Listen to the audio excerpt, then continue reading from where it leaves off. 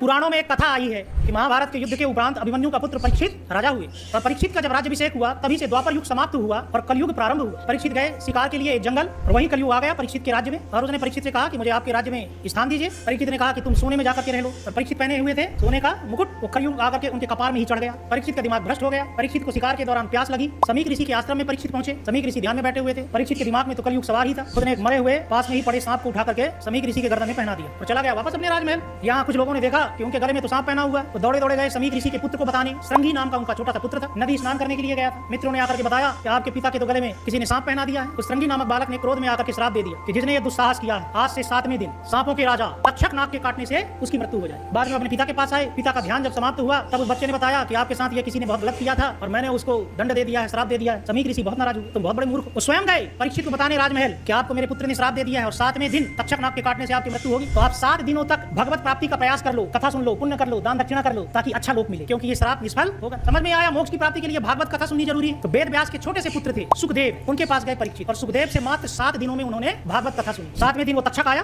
तक्षक एक कीड़े का रूप धारण करके एक फल के अंदर घुस गया और 7वें दिन जब वो भागवत कथा समाप्त हुई तो सुखदेव जिन्होंने भागवत कथा सुनाई थी उनको प्रसाद वगैरह देने के लिए वही फल जब दिया गया तो फल से निकल करके तक्षक ने परीक्षित को काट लिया और परीक्षित की मृत्यु। परीक्षित का पुत्र हुआ जन्मेजय, जो परीक्षित के बाद हस्तिनापुर का राजा बना। उसने प्रण लिया कि मैं पूरे विश्व के सांपों को खत्म कर दूं और उसने सर्प यज्ञ किया। सर्प यज्ञ में सारे सर्प आकर के स्वाहा होते गए यज्ञ की वेदी में। तक्षक का भी आह्वान किया कि तक्षक स्वाहा। तक्षक भाग गया इंद्र के पास, इंद्र के सिंहासन में जाकर के लिपट गया, मेरी जान बचाओ, जान बचाओ। नागकुल में ही एक कन्या का जन्म हुआ था, मनसा नाम की कन्या। उसका विवाह हुआ था एक ब्राह्मण से और उनका लड़का था आस्तिक, छोटा सा बच्चा। उसने जब देखा कि सारे नाग तो खत्म हुए जा रहे हैं तो वो आया जन्मेजय के पास विनती करने कि आप ये यज्ञ बंद कर दीजिए। जन्मेजय ने आस्तिक नाम के उस बालक की बात का मान रखा और यज्ञ बंद कर दिया। तो जिस दिन आस्तिक ऋषि ने जन्मेजय से प्रार्थना करके यज्ञ को बंद करवाया था और नागों की रक्षा की थी, वो दिन था सावन माह का शुक्ल पक्ष की पंचमी, आज का दिन, और उसी के उपलक्ष्य में नाग पंचमी मनाई जाती है।